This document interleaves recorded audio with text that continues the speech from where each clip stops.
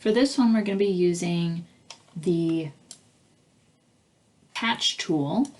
And this is going to work really well if you're trying to get rid of something and the area surrounding it is pretty similar, or if you're trying to pull from somewhere else in the picture that's also similar.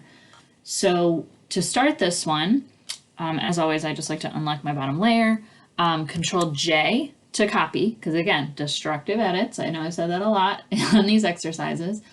The patch tool is underneath the spot healing brush, or with the red eye tool. So it's about 7 tools down or 8 tools down from the move tool. And then I'm choosing the patch tool option. For this one, and I could zoom in if I want to get it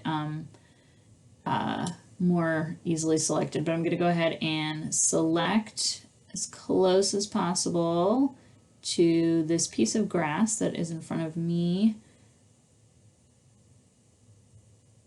in between me, the camera, and the bunny. All right. And then while I'm hovered over the area that I've just selected, I get this black arrow that's facing to the right. And what I'm going to end up doing is dragging the dragging to the right and lining it up with something nearby, or I can drag to the left, something nearby, and kind of lining it up close. I'm going to let go, and then it's magically going to fill that space in with something that kind of fits with the area around it. So then I'm going to do Control D so you can see the difference, right? Pretty close, not perfect, but pretty close.